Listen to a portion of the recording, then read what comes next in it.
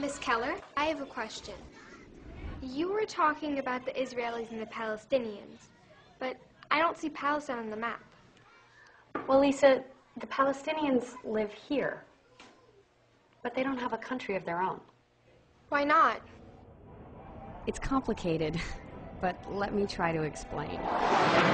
Both peoples wanted a country in a place they call the Holy Land.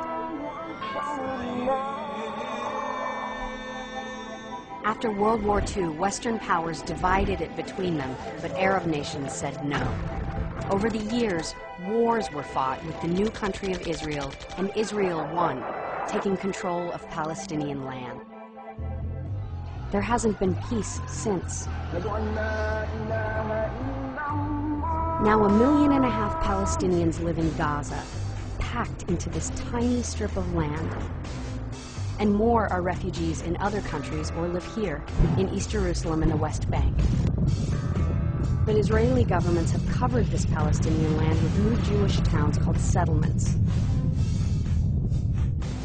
Settlers are just 1/10 of the population, but they've taken over most of the land.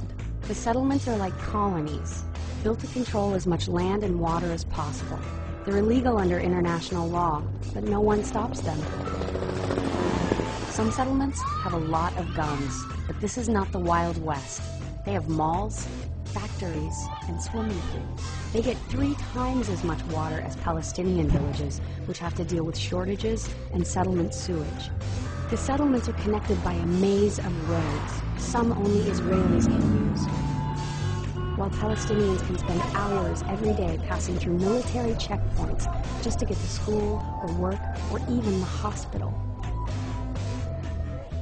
Some Palestinians have never been able to visit relatives who live just miles away. Israel has also built a huge security wall that's taken over even more land. It cut some Palestinian villages down the middle, separating farmers from their lands and people from their friends and family. So the real map looks like this, with the wall, roads, and over 200 settlements squeezing Palestinians into small pockets. You see, Lisa, today there still really isn't a place that Palestinians can call their own. Some have turned to violence and even terrorism, and attacks in recent years by both sides have killed over 1,000 Israelis and over 6,000 Palestinians. And after decades of suffering under Israeli control, Palestinians are desperate for freedom and an independent state. It's a sad story.